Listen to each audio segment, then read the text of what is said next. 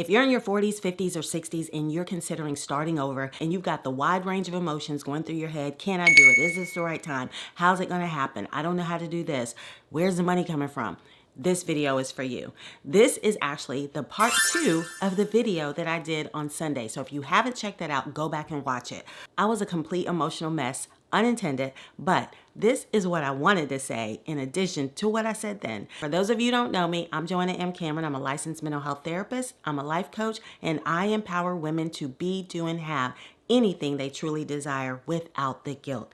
In this video, I'm going to give you 3 additional things that they just don't tell you when you're considering in your 40s, 50s, and 60s making a change in your life. It could be a major change, it could be a small change, but anytime you want to make a shift in your life and you're a little bit more mature, there's some things that you should be aware of that nobody's talking about. So I'm going to let you know what those are today. Make sure you hit that like button, make sure you subscribe to my channel, and make sure you leave a comment. Let me know what you think about the video once it's over, and share the video so that somebody else can be helped because, like I said, nobody's talking about this. The first thing, number 1, that is conveniently left out when people are saying that they want to manifest this new thing in their life is you may have to rebuild a whole new foundation. Now, I don't want that to intimidate you. I know sometimes starting over, you think, oh, I don't have to start all the way over. But in reality, it's probably best that you do because you're going to have the tendency to want to take some old things with you. You're going to want to do things the old way, the way you used to do them because you're kind of set and stuck in your ways.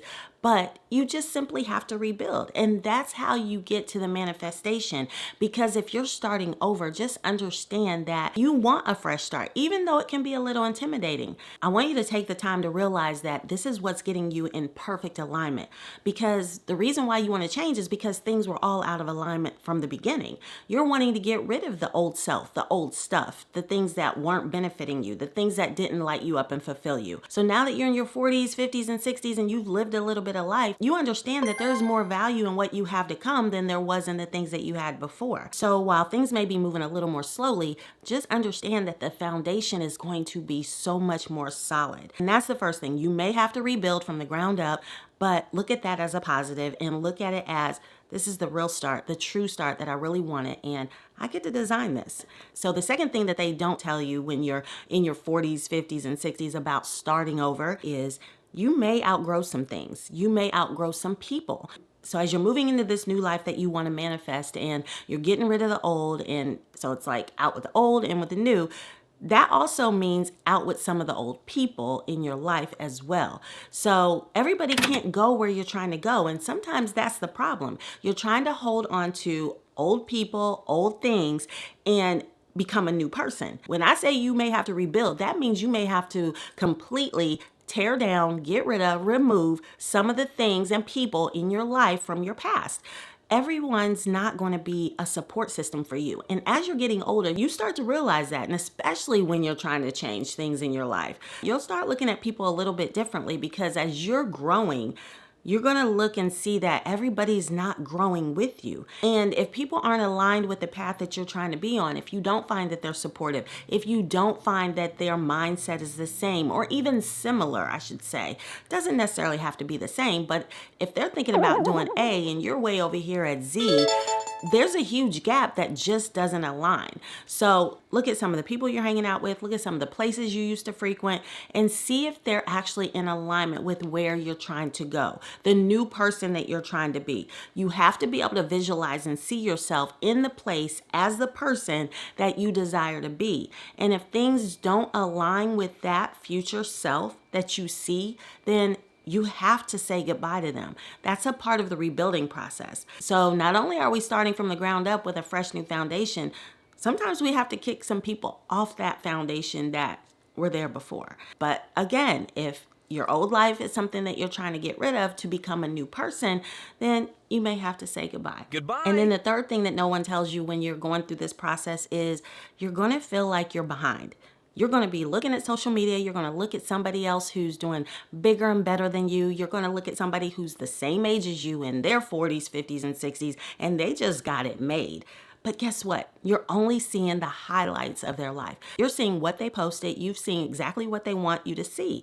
What you're not seeing is all the people who are just like you, who are going through this process, who are starting over, who have the questions, who feel insecure. You're not seeing that. You're not getting to see any of that. So that's why I posted. Go back and watch my other video. That's why I posted the real, the raw of what it's really like to go through changes when you're in your 40s, 50s, and 60s. Like me, I'm in my 50s, and I still have those breakdown moments. I still struggle with certain things, but I keep pushing through. And that's why I wanted to keep that video up, the one that I intended to be this video where I gave you all the good tips, but it turned out to be something else. So make sure you check that one out. And also, while I'm reminding you of things, make sure you subscribe to this channel, like and share the video. I'd greatly appreciate it. So now back to what I was saying. You're definitely going to feel like you're behind because you are older, because you're no longer in your 20s or 30s.